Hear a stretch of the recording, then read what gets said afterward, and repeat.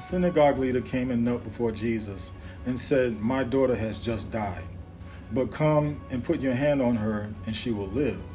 Jesus got up and went with him, and so did his disciples. Just then a woman who had been subject to bleeding for 12 years came up from behind him and touched the edge of his cloak. She said to herself, "If only I could touch his cloak, I'll be healed." Jesus turned and saw her and said, "Take heart, daughter, your faith has healed you." And the woman was healed at that moment. Did you notice that he said, "Faith has healed you"? Those are strong words and yet very true.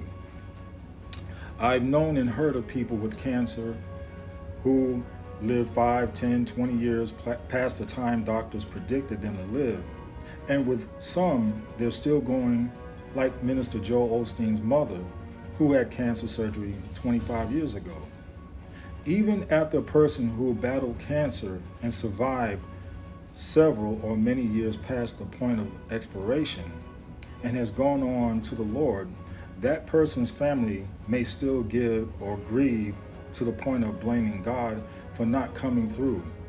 But you have to realize your faith and prayers kept that person alive past that predicted point. Prayers work, and we must realize everything God does for us, big and small, after a loved one has died. And family members and friends may get mad at God and say our prayers didn't work. Well, I gave one perspective on that in having faith, but what about when we doubt as to when our faith wavers? Do you realize that doubt will stop prayers in their tracks? It's said that God works in mysterious ways.